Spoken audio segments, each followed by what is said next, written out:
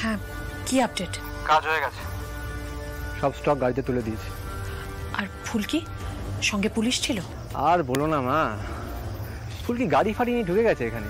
সাথে ফোর্স অবশ্য ছিল না, তবে এক ঝলক যা দেখলাম জনাতিনেক পুলিশ অফিসার ছিল সাথে।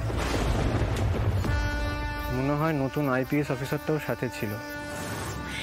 ইন্দ্র, খুব সাবধানে কিন্তু। আরে মা, আমি রাস্তায় কাঁচ ছড়িয়ে দিয়ে এসেছিলাম, ফুলকিদের গাড়ির টায়ার পাংচার হয়ে গেছে।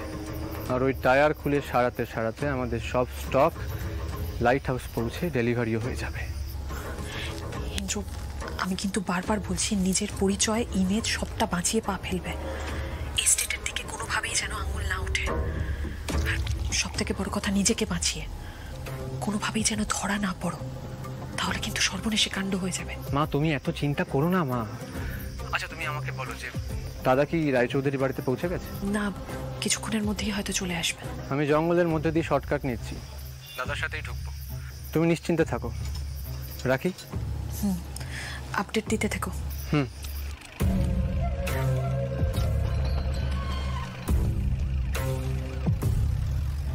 আমার বৌদির বৌদি মানে ফুলকি দাস পুলিশ টুলিশ নিয়ে এসে একেবারে ডেরায় এসে উপস্থিত।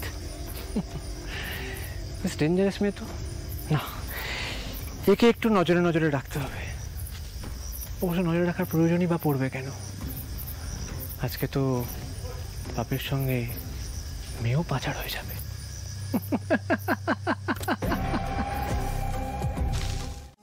ম্যাডাম বুঝতে পারছেন না, ওদের হাত অনেক লম্বা।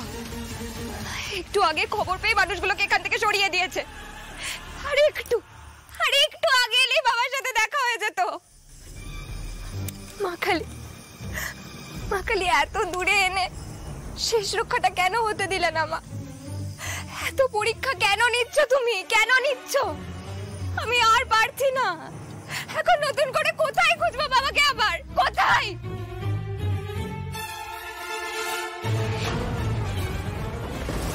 আচ্ছা আচ্ছা, এদিকে একটা সবজির গাড়ি এসেছিল না, আমাদের টপকে গেল। আমরা যখন এই বাড়ির দিকে আসছিলাম গাড়ি রেখে পায়ে হেঁটে, তখন আবার সেই গাড়িটাই আমাদের পাশ দিয়ে চলে গেল না? কিন্তু নাম্বারটা তো চেক করা হয়নি। কিন্তু গাড়ির রংটা আমি দেখেছিলাম, একটা ক্রিম রঙের গাড়ি, মাথায় প্লাস্টিক ছিল, নীল আর গোলাপি রঙের।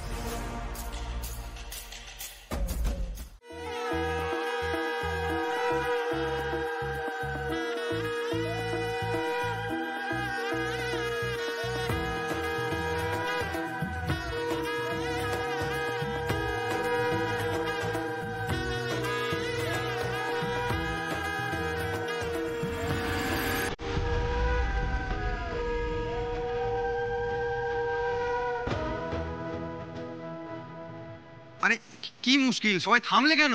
আরে জোরে জোরে উলু দাও, ফুল ফোর্সে। এই জেসে জামাই নয়, রাজকুমার জামাই। হ্যাঁ, যে কে ধান উকিলের জন্য গোটা ক্যাফে বুক করে ফেলেছিল।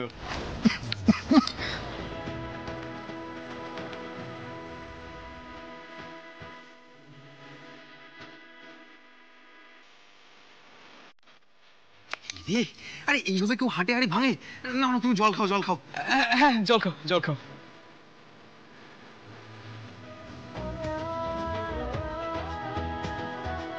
একটু হাসি বস করা, আমাদের বাড়িতে এরা এইভাবেই থাকে আর কি। ভালোই তো রাজমোহনে কিন্তু এই দায়িত্বটা আবার আমার। আশা তো রাজপাট সামলায়, আর আমি হলাম গিয়ে বিদূষক। কি বুঝলেন? আমাদের বাড়িতে ফুলকি হচ্ছে এদের লিডার, বুঝলেন? রোহিত তো কথায় কথায় রেগে যায়। ফুলকি বেচারা আজ ফিরতে পারলো না, এত তাড়াহুড়ো করে সবকিছু হলো।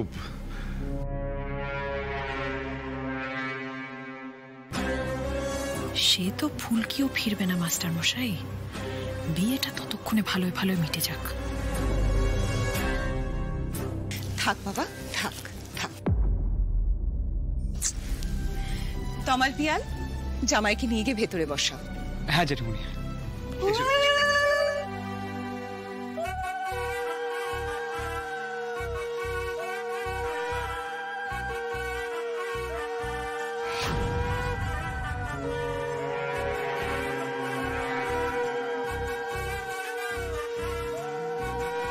আসলে আমাদের পুরোহিত মশাই বিশেষ একটা সময় দেখে দিয়েছেন, ওই সময়ের মধ্যে সিঁদুর দানটা করতে হবে। মঙ্গল অমঙ্গলের তো একটা ব্যাপার আছে, বুঝতেই পারছেন। হ্যাঁ, ওই ফুলকি আর ধানুর খুব ভাবতো, সেই জন্য ধানু বোধহয় একটু।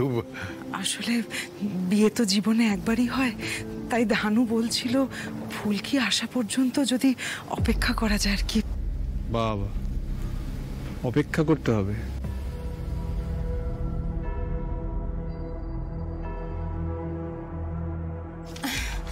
আচ্ছা, এটা কি ছেলে মানুষের জেদ বলতো ধানুর?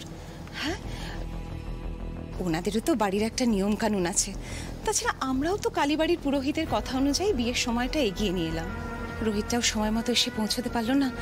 ও নিজের বোনের বিয়ে, ফুলকি ঠিক ফিরে আসবে ওর বাবাকে নিয়ে। চিন্তা করিস না মাস্টারমশাই, বিয়েটা শুরু করি এবার, তুমি আর আপত্তি করো না। আসলে কি বলুন তো বেআই মশাই, আমরা নৃসিংহদেবের পূজারী তো, তাই আমাদের মন্দিরের পুরোহিতের কথা আমরা খুব মেনে চলি আর কি। আশা একদম ঠিক কথাই বলেছে, বুঝতেই পারছেন রাজ পরিবার তো।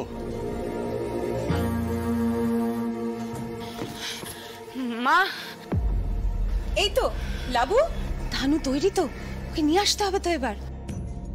তমাল, পিয়াল, হ্যাঁ জেঠুমনি। যা ধানুকে নিয়ে আয়। এক মিনিট মা।